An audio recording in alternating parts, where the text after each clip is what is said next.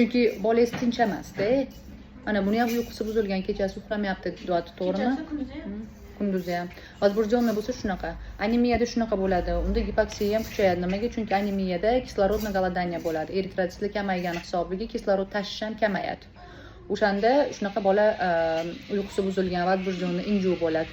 И plus bular mana Surxondaryodan kelishgan, bular D3 ni 8 ta tomchidan berishar ekan. Ya'ni 400 единицали bo'lsa, uni 8 ta tomchingiz 3200 единица bo'ladi. 3200 единица bu juda ko'p. Bolada standartni uzog'i 4 ta kapligacha bera olasiz. 1600 единицagacha. Unda agar rakit belgilari bo'lsa, misol bolangiz ko'p terilasa o'shanda. Lekin bunga ham beraman. Uyqusi yaxshi. Yo'q, aytaman, uyqu buzilishi sabablari har xil. Qon kamligi ham borda, hozir bolangizda defitsit ham bor, o'shan hisobiga ham. Chunki siz bularni orasini 1 yil qilib tuqqansiz. Bolalar ham kesirov bo'lgansiz, ham o'zingiz qon yo'qotgansiz, ham o'zingiz anemichni bo'lgansiz. Qon aylanishi yaxshi manimcha bo'lmagan. Qon suyultiradiganlar ichganmisiz? Ko'ryapsizmi nimaga? Chunki orasi kichkina bo'lib qolganda.